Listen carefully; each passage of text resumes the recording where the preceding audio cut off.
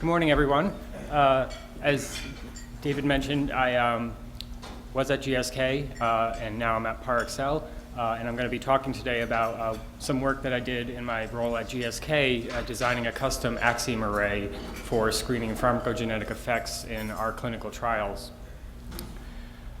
I'll start with a brief introduction to ParXL, and then go into some background on the value of pharmacogenetics and how that influenced our array design and what the resulting product looked like. Then I'll touch a little bit on how pharmacogenetics is integrated into medicine development at GSK and how we are applying the arrays.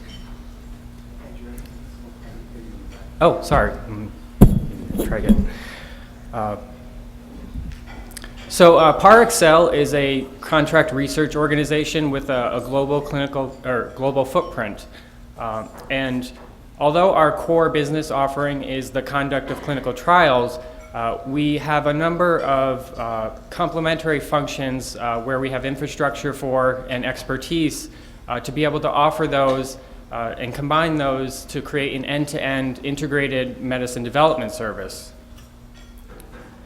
One of those complementary functions is pharmacogenetics, and we just recently grew into this space earlier this year with the acquisition of the bulk of GSK's genetics organization.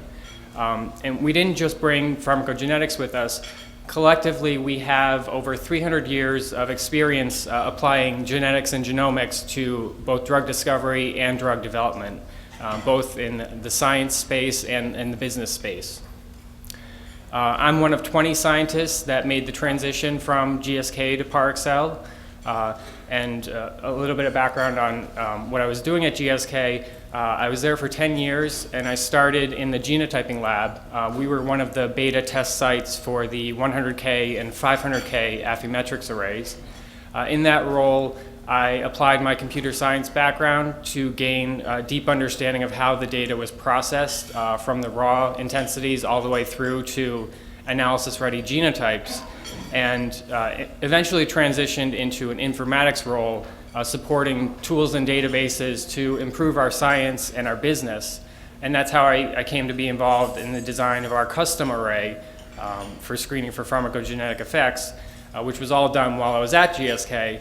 But we're still using the array today at ParXL through our partnership with GSK. So what is pharmacogenetics? It's generally thought of as the study of how differences in the DNA of individuals affects their response to drugs. And although pharmacokinetics and pharmacodynamics are the key mechanisms at play, we're most interested in efficacy and safety. Is the drug successful at improving the patient's condition, and does it do this without causing any adverse events?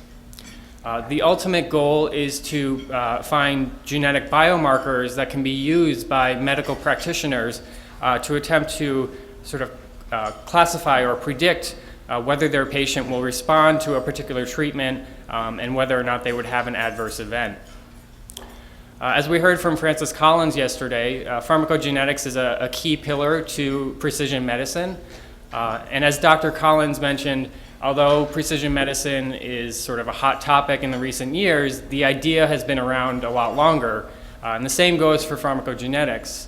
It's evidenced by this statistic here from the European Medicines Agency, where they've seen pharmacogenetics in their drug applications going back almost 2 decades now.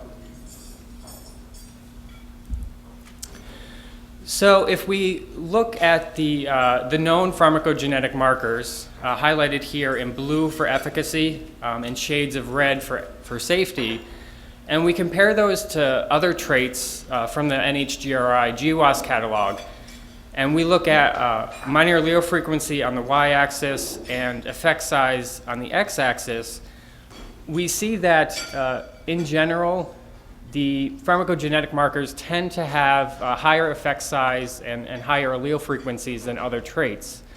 And this is largely driven by the fact that pharmacogenetic studies tend to have smaller sample sizes than other traits, particularly when you consider sort of the large trait consortiums over the recent years. But these markers with the small effects and the rare alleles actually don't have much clinical utility. So we're not really missing anything. And these curves here show that at the sample sizes we do expect from clinical trials, somewhere south of 10,000, depending on the type of study, we actually are powered to detect those markers that do have an effect size or allele frequency that has clinical utility. And so if we look at some specific examples of the known markers, looking at safety first, we see it's primarily driven by the immune system coming from the human leukocyte antigen loci, highlighted here in red, or from drug disposition coming from genes that are involved in the absorption, distribution, metabolism, and excretion of drugs, which we refer to as ADME. And those are highlighted here in blue. And if we look at the efficacy, we again see the ADME genes highlighted in blue, and then we also see variants that are associated with disease, highlighted in red, and those in the genes that encode for the drug target, which are here in green. And when you look across all of the known markers for pharmacogenetics in either safety or efficacy, they all fall into these four categories, either HLA, ADME, disease, or a target.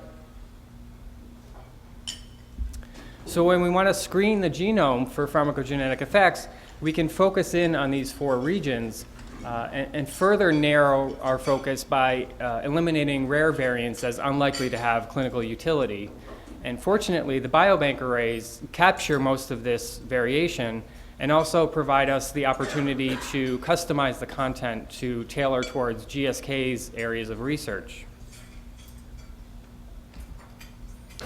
So one area of GSK's research that we need to consider is that our samples do come from clinical trials, which are becoming increasingly diverse.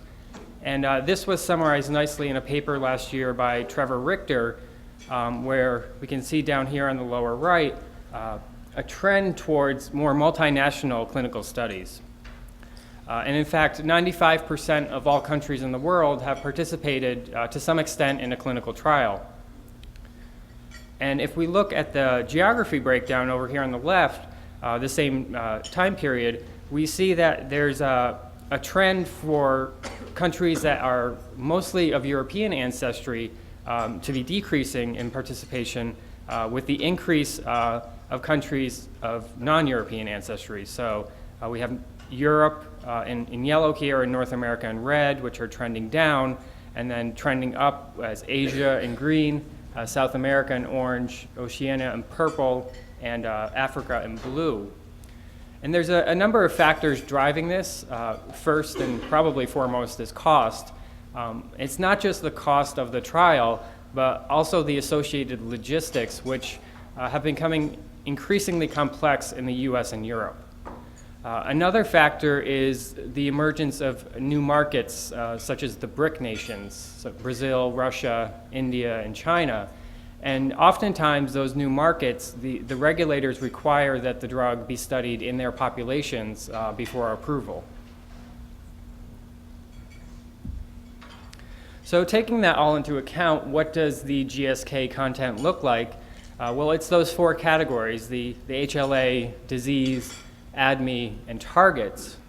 Starting with the HLA, we want dense coverage of this region so that we can impute classical HLA genotypes, and GSK participated in the development of both HiBag and HLA-IMP2 to enable this process. For the diseases, we don't want to limit ourselves to just the diseases that GSK is actively researching, because with the new big data, omic level data, we now have the opportunity to do repositioning of drugs for other therapeutic areas. And for that, we want to take an agnostic approach. So we want to include all the disease variants. For ADME, we have the standard industry content as defined by the Pharma ADME group, modified slightly by the experts at GSK who participated in that Pharma ADME effort. And then we also collaborated in an exome sequencing project of Northeast Asian populations, looking for novel variants, which are of course of interest because of our Asian population in our clinical trials. For the targets, we have variants that were identified through a large resequencing study of over 14,000 samples. And this was focused on drug target genes, and although some of these variants are rare and won't have clinical utility, they do have other applications, which I'll touch on a little bit later. So designing the array the first time for our first version was a relatively straightforward process. We chose to go with the AXIOM biobank array as the starting point, and we had plenty of room to add all of our content, which was what made it relatively easy. It took about 8 weeks, but most of that was on the GSK side because it was our first time designing a custom array, so we were sort of learning the process. And we used that array to genotype over 25,000 samples in about 75 different clinical trials before we started to think about designing the second version. And for the second version, we opted to build off of the UK biobank array. We didn't have the luxury that time of having space to add all of our content, so we focused on allele frequency, and specifically we used the 25,000 samples that were genotyped on the first array and identified variants that were either never observed or were only observed very rarely in our clinical trial population, and removed those. And then we further focused the sort of rare-ish variants on those that were predicted to be functional. And this second array, the design took approximately 2 weeks longer than the first one, but that was because we opted for one of the alternative GWAS grids to improve coverage in non-European populations. And even though the duration of the design was slightly longer, it actually required less resource from GSK because Affymetrix did all of the informatics work for us, which was fantastic.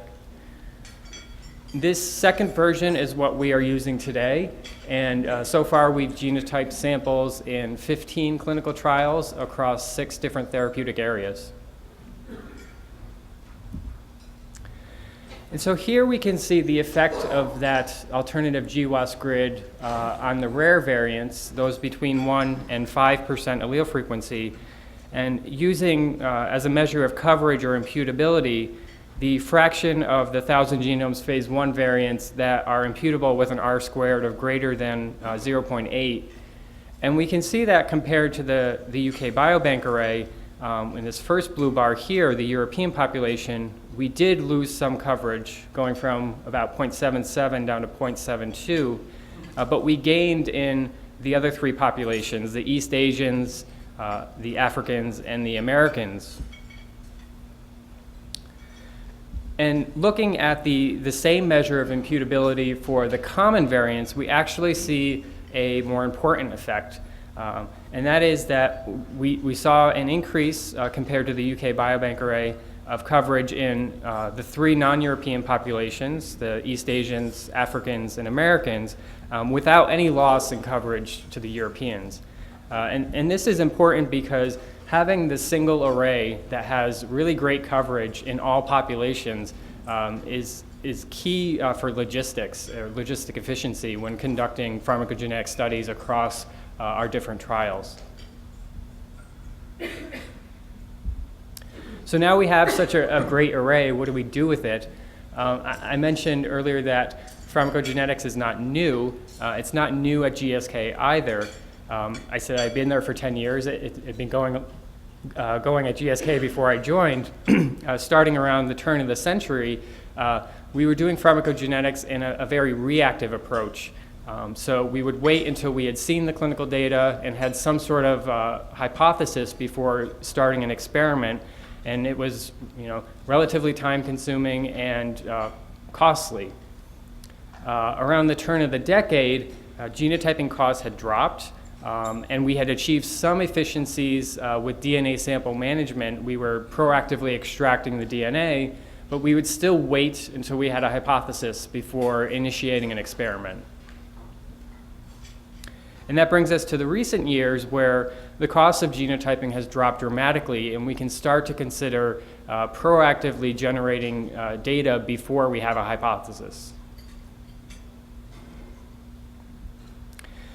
So this opportunity to proactively genotype samples and bank their data is important because it better positions us to influence the development of a drug using the pharmacogenetic results compared to the old sort of reactive approach where we would wait for a prior hypothesis because oftentimes the results would come too late and the drug would have continued in its development plan while we were working on the pharmacogenetic study.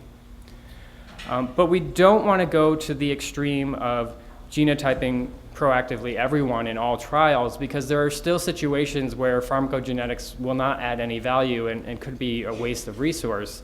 One example of that would be if a drug doesn't show any efficacy in any patients, then that drug's not going to be developed any further, so it wouldn't make sense to commit resource to studying the pharmacogenetics. So to achieve that happy medium, GSK's vision for pharmacogenetics is to critically evaluate the genetic effects of the benefit-risk profile of all drugs in GSK's portfolio with regard to patient selection, regulatory approval, and reimbursement from payers. And specifically, this evaluation aims to determine for each drug where in its development process is the best point for pharmacogenetics to have the most impact, if at all. And at that point that is identified, we'll conduct a GWAS on the primary trial endpoint and supplement that with a candidate variant analysis using variants in the drug's target, those associated with the disease, and ADME variants known to be in the pharmacokinetic pathway of the drug. This analysis is done in parallel with the main clinical study analysis, and the results are included in the main study report, with the exception of when we do meta-analyses to help improve power, particularly for safety endpoints, where oftentimes the number of patients displaying an adverse event in a single trial could be relatively low, and we need to combine across trials to get those numbers up. And so what does this look like in practice?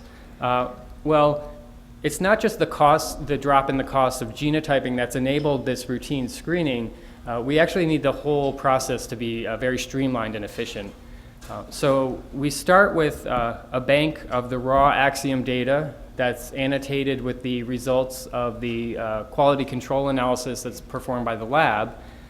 And then each analysis starts with a retrieval of the data from the bank for the genotypes that pass QC, and also only for the samples that are properly consented for whatever the analysis is that we're doing at that time. That data set undergoes a standardized QC process that's tailored towards imputation, and we have an automated pipeline that distributes the 1,000 genomes imputation, the phase 1, to a Linux cluster, and also runs HiBag for HLA imputation. And for maybe a typical study of about 1,000 samples, this run will complete in about 30 hours. The imputed doses from that are then fed into another automated pipeline that does the analysis with the primary trial endpoints, and that also distributes each sub-analysis with the different endpoints or different subgroups to the Linux cluster. Each of those sub-analyses takes about 4 hours to complete, and then the automated pipeline will collate the results across those analyses and format those into standard outputs that can be directly integrated into the main clinical report. And this is an important point of efficiency because the alternative is if we can't get into that main clinical study report, and this again gets into the timelines of wanting to be early, then we have to do a standalone, a separate report to report the pharmacogenetic findings, and those regulatory reports have a lot of overhead involved in preparing them, so if we can avoid that at all possible, it's best. This streamlined workflow sort of encompasses the bulk of our application of the AXIOM data to pharmacogenetics. We do a smaller amount of custom analyses, but the other area we use the data is for drug discovery. And here, the value comes from the ability to reuse data that's already been generated.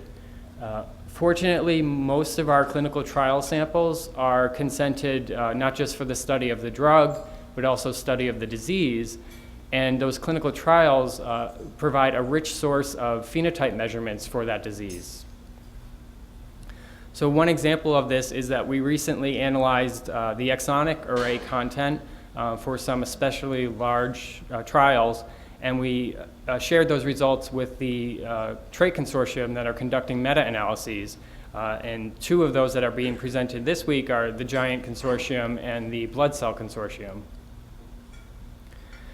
Another ability to reuse the data is in phase 1 proof of concept studies that are genetically stratified.